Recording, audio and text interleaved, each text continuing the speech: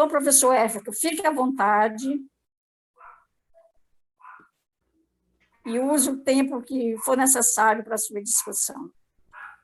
Depois a gente queria, inicialmente, dar uma boa noite a todos e a todas, agradecer pela lembrança, pelo convite, a todo o coletivo e, ao mesmo tempo, parabenizar, né, pela sensibilidade, pela escolha da temática.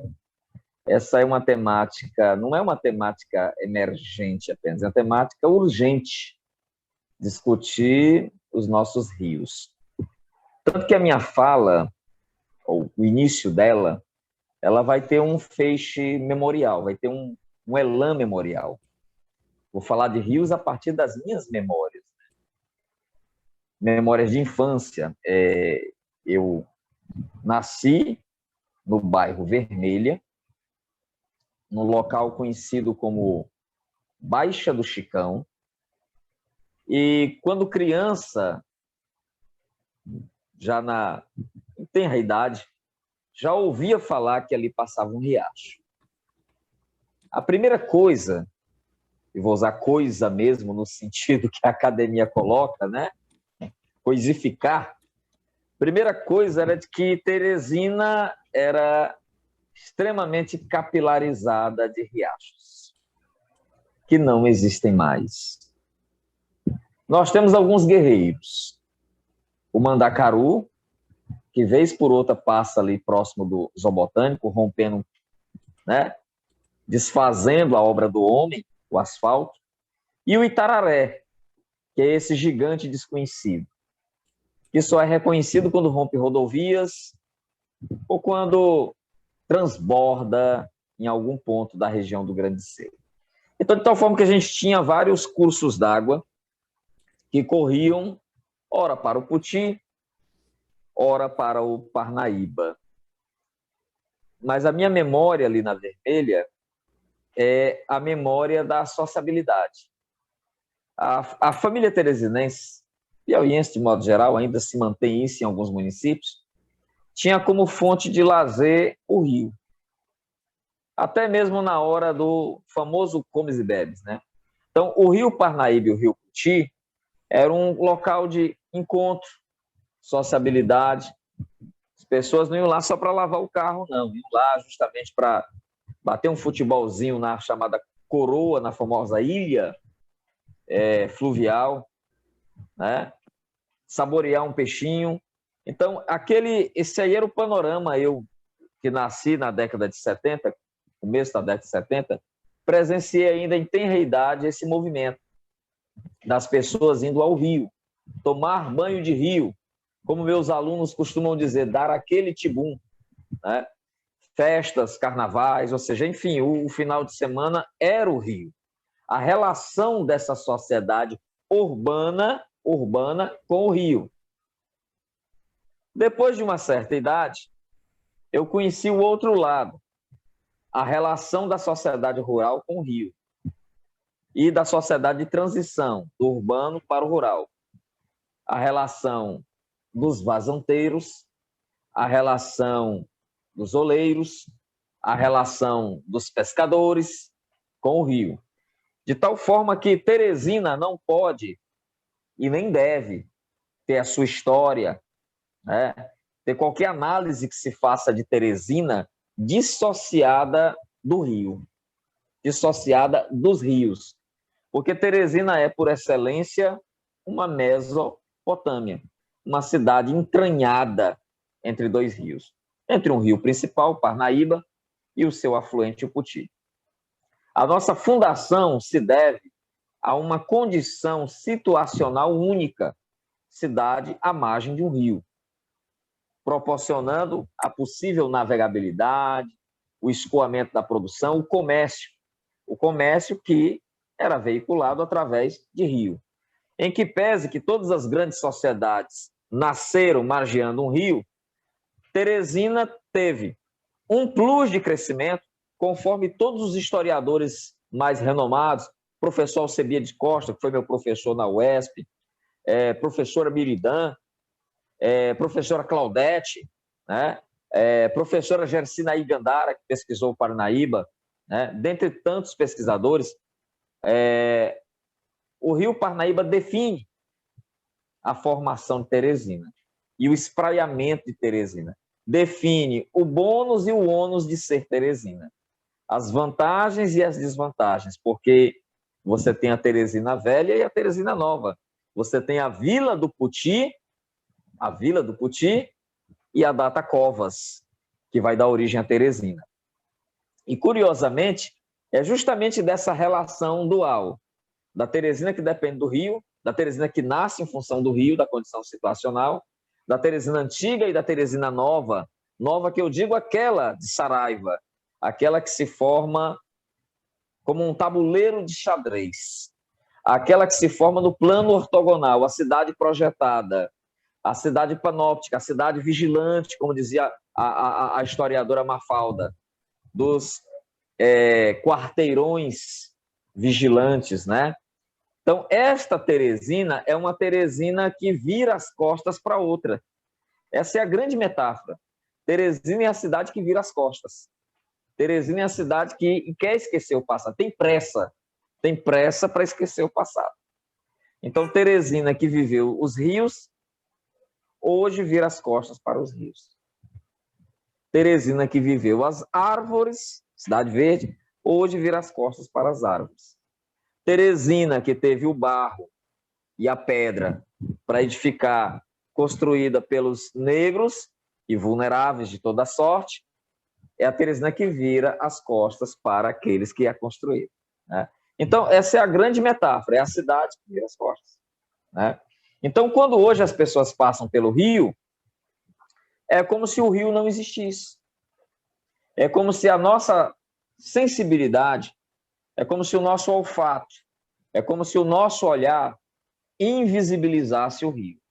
Eu passo ali na Maranhão, eu cruzo a Ponte Nova, indo para Timon, eu cruzo a Ponte da Amizade, eu cruzo a Ponte Metálica, eu passo pela Estaiada, eu passo por todas as pontes, mas eu passo, é o fluxo, é a velocidade, é a celeridade, eu quero chegar ao destino, eu não quero ver o rio. Não me interessa se ele está verde, se o Puti está coberto de aguapés. Eu faço uma selfie, né? Mas não me interessa se ali tem peixe morto, se ali tem esgoto cru, ok? Tudo é muito passageiro, aquilo não me diz respeito. Não sou eu que no meu condomínio estou jogando esgoto. Eu não sou responsável porque o poder público não fez saneamento. Eu não sou responsável pela latinha que eu joguei, pela embalagem de bombom que eu joguei pela janela do carro quando eu estava passando na margem da Maranhão. Eu não sou responsável por isso. Então, eu virei as costas. E quando eu viro as costas, eu percebo que lá tinha um pequeno comércio que definha, porque a cidade como um todo definha. E lá eu vejo uma série de pessoas que estão como zumbis, jogadas à própria sorte, na beira do rio, se confundindo com o rio. E aí eu lembro muito do Assis Brasil, na sua obra magistral, Beira Rio, Beira Vida, quando ele narra a sina de mulheres que são marginalizadas pela sua condição social. E o processo de marginalização está atrelado ao rio, o fluxo, o vai e vem das águas. Mulheres que são prostituídas em toda a sua essência, em toda a sua condição de feminilidade, condição de ser agente histórico, pelo fluxo do rio, pelo vai e vem dos homens, das cargas, do dinheiro. E quando a gente olha para Teresina, a gente vê aqueles armazéns velhos que geraram toda a riqueza de Teresina no passado. Quando Teresina era um ponto de parada obrigatória das carnaúbas, dos maniçobais, dos babaçuais, do couro, do comércio pujante que seguia rumo ao litoral. E hoje está ali uma visão estagnada. Então, eu começo a minha fala pela memória, pelas sociabilidades perdidas, pela prainha que está só no imaginário, na lembrança das pessoas, pelos banhos de rio, pelas pescarias maravilhosas, ok? Pelo cheiro do rio, o cheiro que inebria, o cheiro que embebeda, o cheiro do peixe, né? Você chegar ali o rio, com as suas matas, com seus jatobás, com seus ingás, com as suas canaranas, né? Com os seus caneleiros, e mesmo as espécies exógenas, com as suas mangueiras, né? O cheiro do rio, o cheiro da mata. Então, essas memórias elas estão solapadas por uma cidade que cresce violentamente, cresce ao som do relógio de ponto, cresce assustadoramente, por uma cidade que não dá espaço à pessoa que permanece, à pessoa que para, à pessoa que quer contemplar. É a cidade do fluxo, é a cidade do trânsito caótico, diga-se sinal, é a cidade do carro, que quer alargar ruas. Um trânsito estrangulado, porque tem mais carro do que a capacidade das vias. O rio já não é meio de transporte, o rio já não é via, então vira as costas para ele. Mas tem alguns barquinhos guerreiros que ainda fazem a travessia, e alguém tirando água com a cuia, e alguém tirando água com a cuia, ficou encalhado. Por que ficou encalhado? Tem um banco de areia ali. Mas o barqueiro olha, esse banco de areia não estava ontem aí, por que ele está hoje aqui? Então ele fica serpenteando para chegar em Timon. E aí o barqueiro começa a perceber que aquele rio, ele, mutatis mutandis, ele está doente. O vazanteiro percebe que aquele rio ali, olha, tem mais, está demorando o período chuvoso, que o rio está doente. Que o pescador percebe que ele já não encontra aquele peixe graúdo, que o rio está doente. E a gente começa a perceber que mais esgoto clandestino é lançado no rio, né? Que não há tratamento de esgoto, que a cidade impermeabilizou tudo, e quando chove, forma-se sobre a cidade um outro rio, que não é o Parnaíba, que não é o Puti. Teresina é uma cidade de muitos e muitos rios que se formam na Zona Leste, na Zona Norte, na Zona Sudeste. Rios produzidos pelo descaso, por fechar os olhos, os ouvidos, a boca, né? São os novos rios para os quais o homem não pode virar as costas. Esse não dá. Porque se você vira de costas, ele atinge você por trás.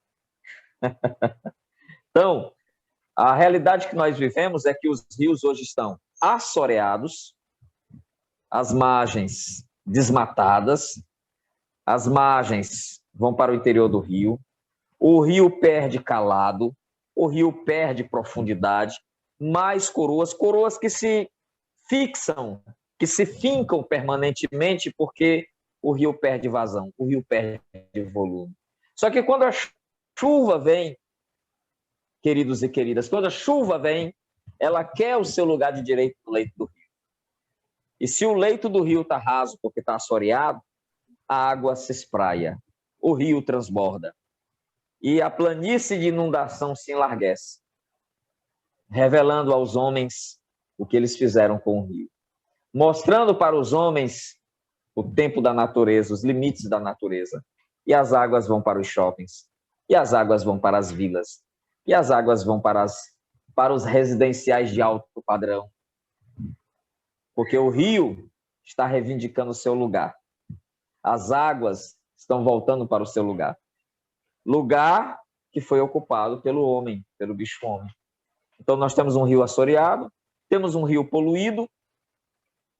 Quando eu passo ali, que eu entro ali na altura da antiga Cepisa, hoje Equatorial, e que tem uma ponte chamada de Ponte Zé Sarney, melhor ponte da amizade, que realmente demonstra a ligação que nós temos com os queridos timonenses, você sente um odor desagradável, né? Isso para aqueles que olham para o rio. Quem vira as costas não percebe.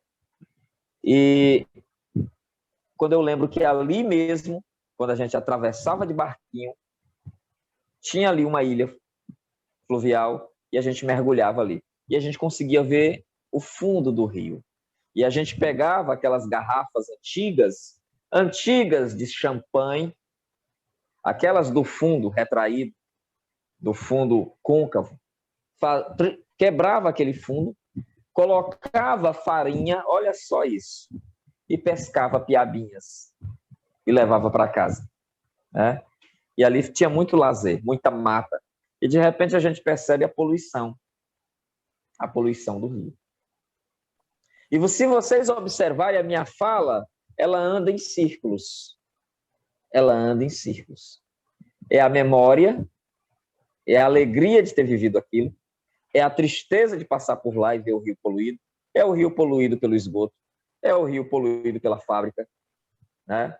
É a cidade impermeabilizada, sem drenagem, é o odor, são as costas. Eu estou andando em círculos. Porque é assim que a gente trabalhava, é assim que a gente pensava. A nossa narrativa era uma narrativa que andava em círculos não por falta de opção, porque era interessante andar em círculos. Mas quem não vê o rio, quem não ouve o som da água do rio, quem não sente o cheiro do rio, não faz a narrativa circular. A narrativa é linear, porque eu só quero saber do que pode dar certo. A narrativa é linear porque eu só quero ir para frente, eu não quero olhar. Então é a cidade que está constantemente crescendo. E quanto mais ela cresce, quanto mais ela tenta negar o rio, quanto mais ela não tenta ouvir os reclames, mais o rio aparece. Mais o rio aparece.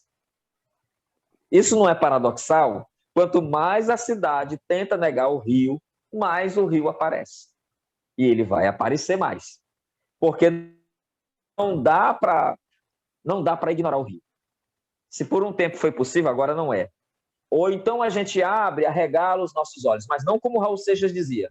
Eu sento no trono de um apartamento com a boca escancarada, cheia de dentes, esperando a morte chegar. Não. Ou nós arregalamos os nossos olhos, os nossos ouvidos, a nossa boca para falar, o nosso olfato para cheirar o rio e ver que tem uma coisa errada e nós começamos a espalmar as nossas mãos, arregaçar as nossas mangas e fazer alguma coisa, ou o rio vai tomar o seu lugar. Mas vai tomar o seu lugar da pior forma possível. Porque, queiramos ou não, a água que nós bebemos ainda é a água do velho monge. Então tem que ter muito carinho, muita afeição, muito zelo, porque água ainda é vida. Obrigado.